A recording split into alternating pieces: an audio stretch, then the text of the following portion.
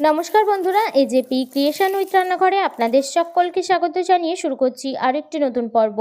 আজ আরও একটি মজাদার নতুন ইন্টারেস্টিং রেসিপি নিয়ে হাজির হয়েছি আপনাদের সামনে। আজ আমি বানাবো বিয়েবাড়ির ডালের পাতে যে ঝুরি ভাজা খায় সেই ঝুরি ভাজা রেসিপি। চলুন তাহলে আর বেশি দেরি না করে রেসিপিটি শুরু করা যাক। রেসিপিটি শুরু করার আগে প্রত্যেকবারের মতো আপনাদের কাছে একটাই অনুরোধ, ভিডিওটা একটু স্কিপ না করে প্রথম থেকে শেষ পর্যন্ত দেখতে থাকুন এবং রেসিপিটি ভালো লাগলে অবশ্যই একটা লাইক করে চ্যানেলটিকে সাবস্ক্রাইব করে রাখার অনুরোধ রইল। রেসিপিটি বানানোর জন্য আমি এখানে 4টে আলু নিয়ে নিয়েছি। এই 4টে আলুর আমি প্রথমে খোসা ছাড়িয়ে নেব। এই পর্যায়ে 4টে আলুরই কিন্তু আমার খোসা ছাড়িয়ে নেওয়া হয়ে গেছে। এবার আমি এগুলোকে ধুয়ে নেব। এই পর্যায়ে আলুগুলোকে কিন্তু আমার ধুয়ে পরিষ্কার করে নেওয়া হয়ে গেছে। এবার কুচিয়ে নেব। কিভাবে আমি কুচিয়ে নিচ্ছি আলুগুলোকে আপনারা দেখে নিন। তো এইভাবে করে কিন্তু কেটে নিতে হবে।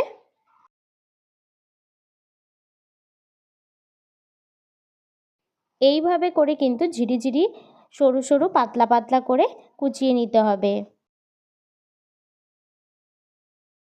এই পর্যায়ে আলুগুলো যাতে কালো হয়ে না যায় তার জন্য আমি জলের মধ্যে দিয়ে রেখেছি। আলুগুলোকে যত সুন্দরভাবে কোচানো যাবে ততই কিন্তু এই রেসিপিটা সুন্দর হবে।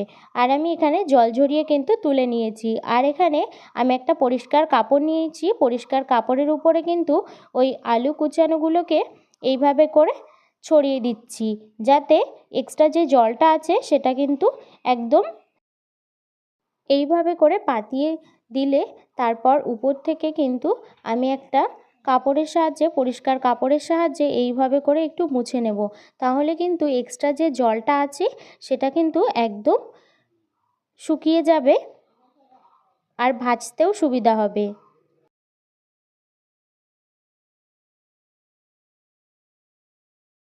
রেসিপিটি বানানোর আরেকটা প্রধান উপাদান হলো এই কারি পাতা। আমি এখানে কারি পাতা ধুয়ে পরিষ্কার করে রেখেছি। 20 মিনিট মতো কিন্তু আলুটাকে আমি ওইভাবে রেখে দিয়েছিলাম।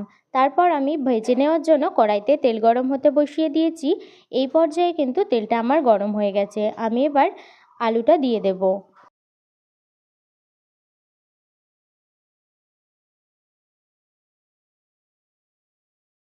একদম সামান্য আঁচ দিয়ে কিন্তু আলুগুলোকে ভেজে নিতে হবে, না হলে কিন্তু আলু ভাজাটা নরম হয়ে যেতে পারে, ঠিকভাবে ক্রিস্পি হবে না।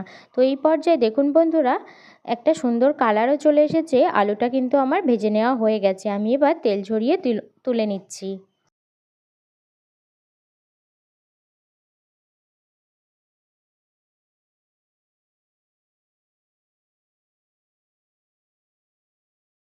আবারও ওই একইভাবে বাকি আলুগুলোকে ভেজে নেব।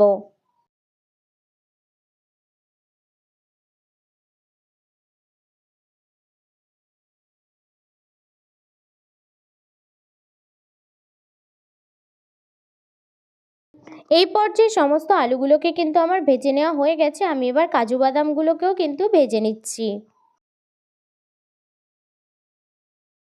এই পর্যায়ে কাজু বাদাম ভাজা কিন্তু আমার হয়ে গেছে। আমি এবার তেল ঝরিয়ে তুলে নিচ্ছি এটাও। তারপর কিন্তু আমি এখানে কিছু চীনাবাদাম নিয়ে নিয়েছি। চীনাবাদামগুলোকেও কিন্তু ভেজে নিচ্ছি।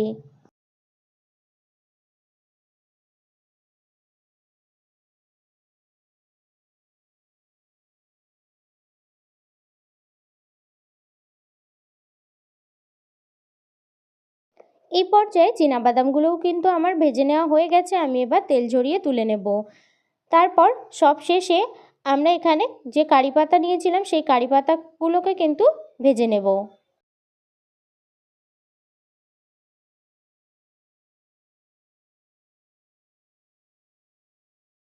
এই পর্যায়ে কারি পাতাটাও কিন্তু আমার ভেজে নেওয়া হয়ে গেছে। আমি এবার তেল ঝরিয়ে তুলে নিচ্ছি।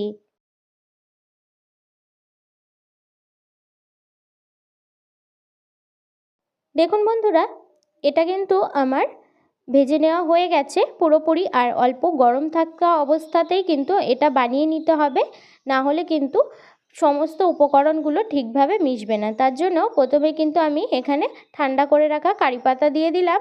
তারপর দিয়ে দিচ্ছি এখানে চীনাবাদাম, তারপর দিয়ে দিচ্ছি কাজু বাদাম ভাজা,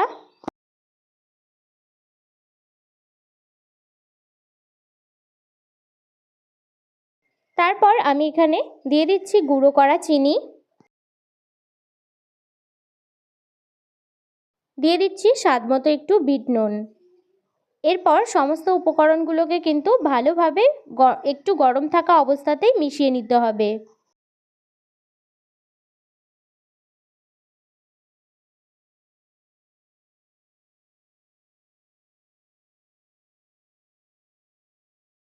দেখুন বন্ধুরা, এই পর্যায়ে কিন্তু ঝুরি আলু ভাজার রেসিপিটা কিন্তু পুরোপুরি আমার রেডি হয়ে গেছে। এটা খেতে কিন্তু দুর্দান্ত লাগে, আর বানাতেও কিন্তু খুব বেশি সময় লাগে না, আর খুব বেশি উপকরণও লাগে না। আপনারা দেখতেই পেলেন, তো অবশ্যই বাড়িতে এটি বানিয়ে খাবেন।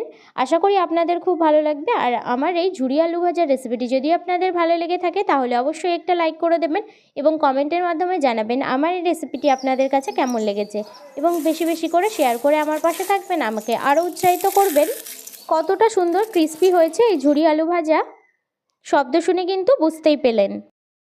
আর আপনি যদি আমার চ্যানেলে নতুন বন্ধু হয়ে থাকেন এবং আরও নিত্য নতুন ইন্টারেস্টিং মজাদার রেসিপির আপডেট পেতে চান, তাহলে প্লিজ আমার চ্যানেলটিকে সাবস্ক্রাইব করে পাশে থাকা বেল আইকনটি প্রেস করে অল নোটিফিকেশন অন করে রাখবেন, যাতে সমস্ত ভিডিওর আপডেট আপনি ঠিক সময় পেয়ে যান। আজ এই রেসিপিটি এই পর্যন্তই। আরও একটি মজাদার নতুন কোনো ইন্টারেস্টিং রেসিপি নিয়ে আপনাদের সাথে দেখা হবে আরও একটি নতুন পর্বে। সবাই সুস্থ থাকবেন, ভালো থাকবেন এবং সাবধানে থাকবেন।